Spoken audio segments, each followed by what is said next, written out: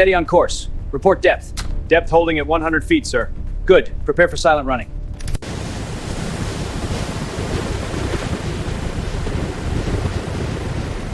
The submarine that sank a train on enemy soil. In July 1945, a single U.S. submarine didn't just fire torpedoes at ships, it sent men ashore to blow up a Japanese military train. No Marines. No air support.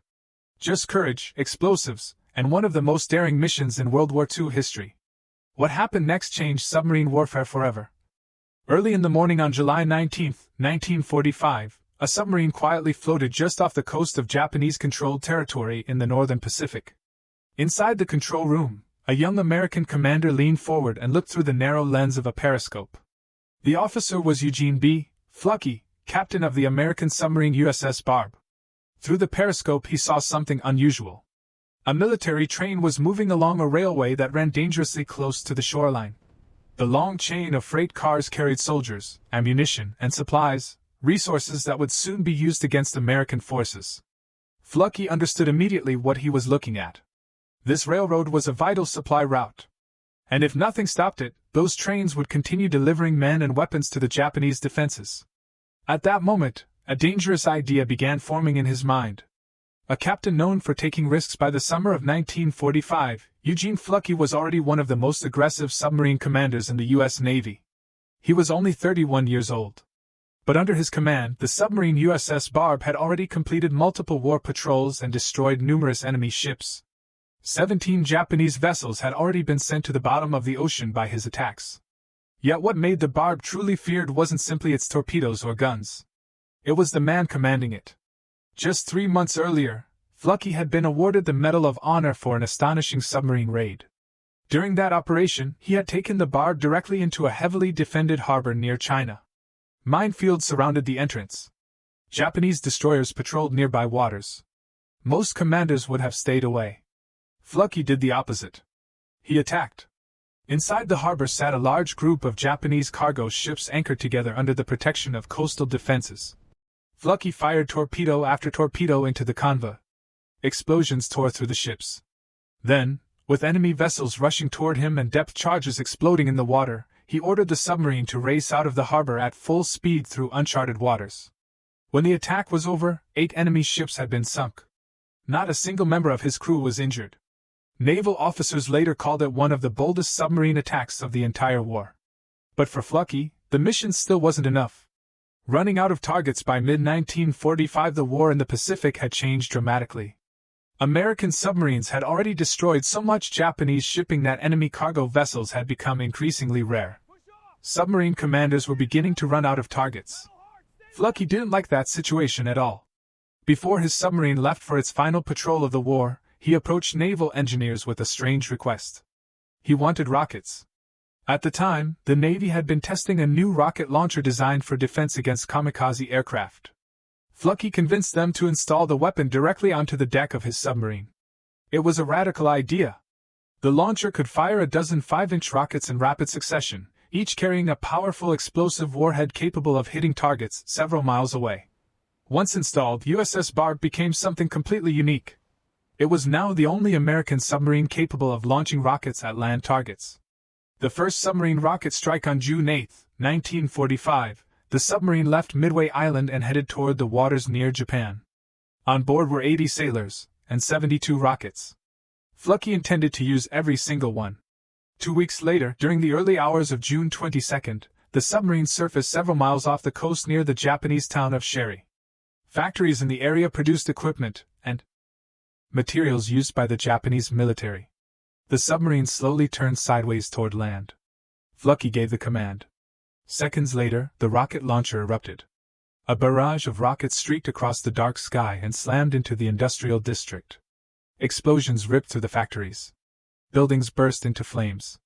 Before Japanese defenses could react, the submarine disappeared beneath the surface again. It was the first time in history that a submarine had fired rockets at a target on land. But it wouldn't be the last. Over the following weeks, the Barb continued launching rocket attacks against coastal facilities. Factories burned. Shipyards were destroyed. Military installations were shelled with the submarine's deck gun. Every strike forced Japanese commanders to divert resources and troops away from the front lines. But Fluckey still wanted something bigger. Something no submarine had ever done before. The discovery that changed everything then, during patrol near the coast of Karafuto, Fluckey noticed the railroad. It ran only a few hundred yards from the ocean. Through his periscope he watched trains moving along the line both day and night. Each one carried soldiers, weapons, and equipment heading toward defensive positions. For several days he observed carefully. He studied the terrain. He counted the trains. He examined their schedules. Eventually, a bold idea began to take shape. Destroying the railroad itself wouldn't help much. Japanese engineers could repair damaged tracks quickly. What Fluckey wanted was something far more dramatic. He wanted to destroy a moving train. But submarines didn't carry weapons designed for such a mission. Torpedoes were useless against a land target. Rockets lacked the precision needed to hit a fast-moving locomotive. Even the deck gun would struggle to track the train through the terrain. To accomplish this mission, Fluckey would need something completely different. A plan so unexpected that the Japanese would never see it coming.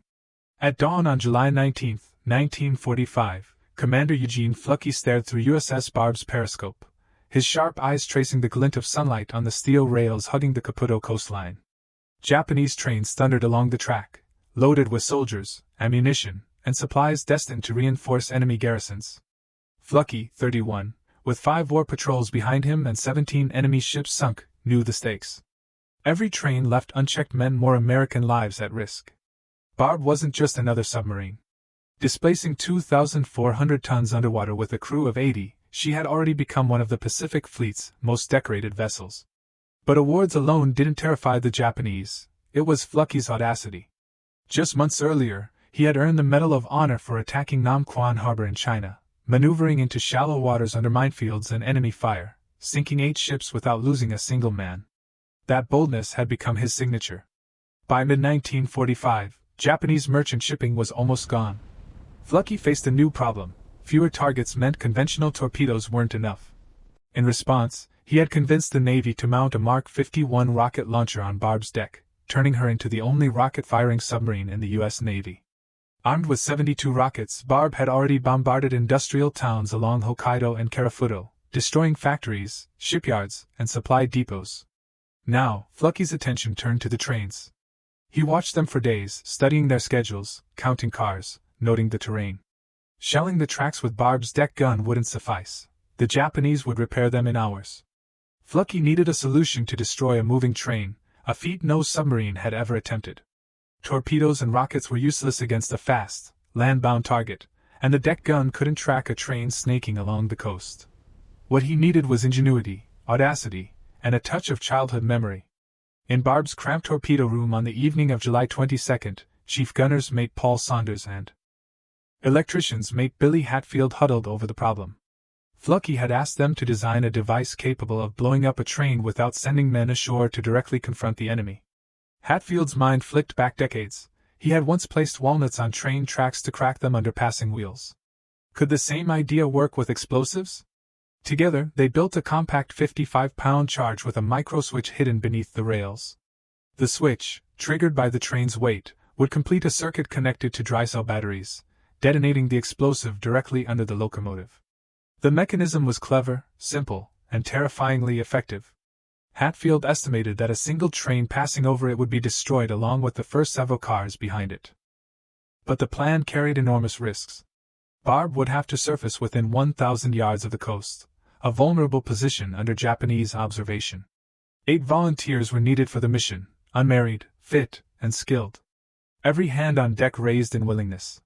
Fluckey selected Saunders to lead, Hatfield to handle the explosive, and 6 others to paddle rafts to the shore, bury the charge, and return before dawn.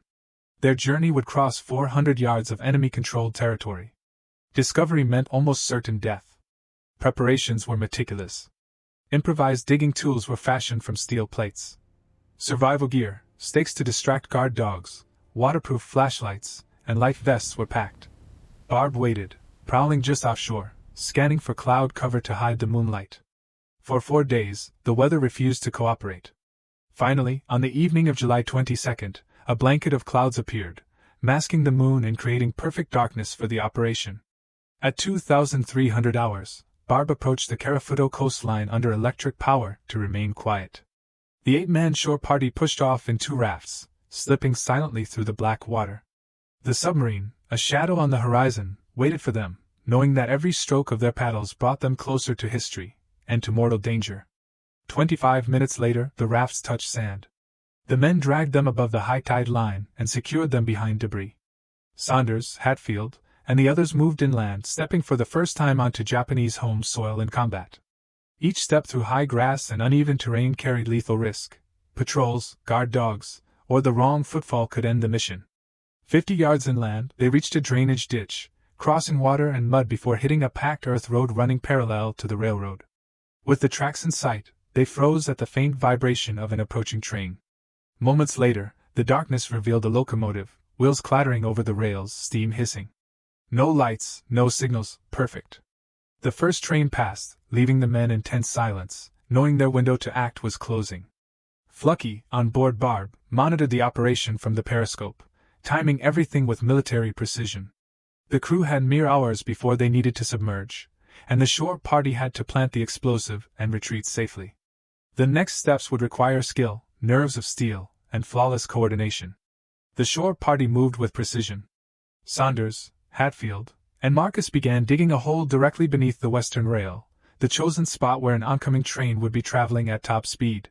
Hatfield carefully positioned the 55-pound explosive, connecting the batteries to the microswitch that would detonate under the locomotive's weight. Every move was silent, methodical. The faintest scrape or misstep could betray them.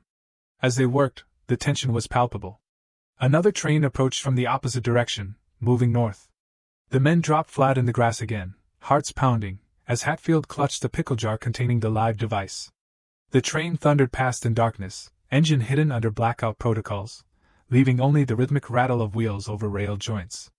The coast was alive with danger, yet no one wavered. By 01:35, the device was armed. Hatfield made the final connection, the circuit now live. The explosive lay beneath the rail, invisible to the passing trains, a ticking instrument of destruction waiting for its moment. The shore party retreated along the same path, crossing the drainage ditch and packed earth road, returning to the rafts where Newland and Richard guarded their escape route. At 01:45, they pushed off into the water, paddling toward Barb waiting offshore. Every second was critical. The explosive would detonate only when triggered by a passing train. Fluckey, through the periscope, spotted the northbound train closing in. The timing was perfect. At 01:47, the train reached the buried device. The locomotive's wheels pressed down, the microswitch closed, and the 55-pound charge detonated with a deafening roar. Fire and metal erupted along the tracks. The locomotive's boiler tore apart, wheels and debris flew through the air, and freight cars collided in a chaotic, violent chain reaction. Flames licked the night sky as secondary explosions rocked ammunition-laden cars. Barb, now offshore, observed the destruction from a safe distance. The entire crew gathered on deck to witness the unprecedented sight. The Japanese had no idea what had happened. The first, and only, submarine-launched ground sabotage on Japanese soil during World War II had succeeded beyond imagination. The aftermath was staggering. The train was destroyed, the supply line severed, and the psychological impact profound. Japanese planners were forced to divert troops, increase patrols, and strengthen coastal rail defenses. Fluckey's innovation, combining intelligence, daring, and engineering, had shifted the battlefield without a single American casualty. In the following days, Barb continued her assault on Japanese coastal targets. Rockets obliterated factory towns, the deck gun shelled military installations, and supply lines were crippled. Fluckey and his crew demonstrated that submarines were no longer just hunters of enemy ships. They could project power ashore, conduct sabotage, and redefine naval warfare forever. When Barb returned to Midway on August 2, 1945, the crew's accomplishments were celebrated, but the most remarkable achievement remained unseen by the world. 8 men had set foot on enemy soil, planted explosives, and returned safely. The mission's success became legendary within the submarine service, a testament to courage, innovation, and flawless execution. Fluckey's legacy extended far beyond this single operation.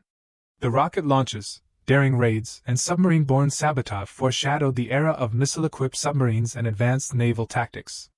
USS Barb's battle flag, with the symbol of a Japanese locomotive, remains in the Submarine Force Museum in Groton, Connecticut, telling the story of audacity, ingenuity, and heroism. After the train exploded, Barb didn't linger. Fluckey knew the Japanese would react fast. Coastal searchlights began sweeping the water, and patrol boats would soon converge. Every second mattered. The submarine turned northeast, racing toward deeper water, engines running at emergency overload. The deck crew secured every piece of equipment, while the vessel hugged the black waters, barely visible under the moonless sky. By 0200, Barb entered 60 feet of water, finally deep enough for a safe dive. Fluckey gave the order, and the submarine submerged, leveling off at periscope depth. Above, searchlights continued to sweep, oblivious to the invisible shadow beneath. For 6 tense hours, Barb remained submerged, moving slowly to avoid detection. When dawn came, smoke still rose from the embankment, a stark reminder of the crew's extraordinary achievement. But the mission wasn't over. Fluckey had 4 more days before Barb needed to return to Midway. Over the next 72 hours, the submarine continued striking Japanese coastal targets. Using her deck gun and rocket launcher, Barb shelled a military radio station, destroyed a small shipyard, and leveled additional garrisons. Reconnaissance planes scoured the Sea of Okhotsk, searching for the elusive submarine, but Fluckey's constant movement and evasive dives kept her safe.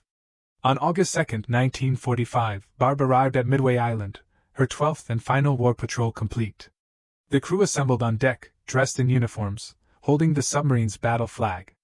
Unlike any other, the flag bore 17 symbols representing sunk ships, decorations for Fluckey and his crew, and at the bottom, the image of a Japanese locomotive. The emblem told the world what no enemy ship could. Barb had destroyed a train, an achievement unmatched in naval history. 8 men, the shore party who had planted the explosives, stood proudly beside the flag. Saunders, Hatfield, Sever, Newland, Klingelsmith, Richard, Marcus, and Walker looked like ordinary sailors, but their bravery had forever altered the story of submarine warfare. They had conducted the only Allied ground combat operation on Japanese home island soil during the Pacific War.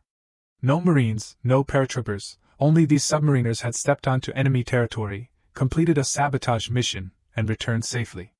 Fluckey's innovation reshaped naval strategy. The rocket launcher he installed on Barb in June 1945 proved the concept. Submarines could bombard shore targets with devastating effect. Within a decade, submarines would carry guided missiles and ballistic nuclear weapons, tracing their conceptual lineage to Barb's daring missions. USS Barb's post-war service continued in Italy as Enrico Toselli, but her wartime exploits remained unparalleled. Fluckey himself rose to Rear Admiral, commanded the Pacific Submarine Force, and later directed naval intelligence. He continued serving humanity in retirement, running an orphanage in Portugal. Fluckey passed away in 2007, aged 93, leaving a legacy defined not by tonnage sunk, medals, or accolades, but by one singular achievement: 0 casualties under his command across 5 perilous war patrols. Every man aboard Barb survived, returning to civilian life, their heroism quietly celebrated. The battle flag in Groton, Connecticut, remains a symbol of courage, innovation, and leadership. Visitors are drawn to the locomotive at the bottom, often asking about its story. When told, they understand, submarine warfare wasn't just about torpedoes or stealth, it was about ingenuity, risk, and protecting your crew above all else. Eugene Fluckey, Paul Saunders, Billy Hatfield, and the entire crew of USS Barb demonstrated what is possible when leadership, skill, and bravery converge. They destroyed ships, fired the first submarine-launched missiles, devastated enemy coastal targets, and sank a train, an achievement unmatched in naval history. If this story inspired you, hit the like button, subscribe to WW2 Impact, and turn on notifications. Every like and subscription ensures these forgotten stories of courage, innovation, and sacrifice continue to reach the world. Drop a comment with your location and share if someone in your family served. Let's keep history alive together.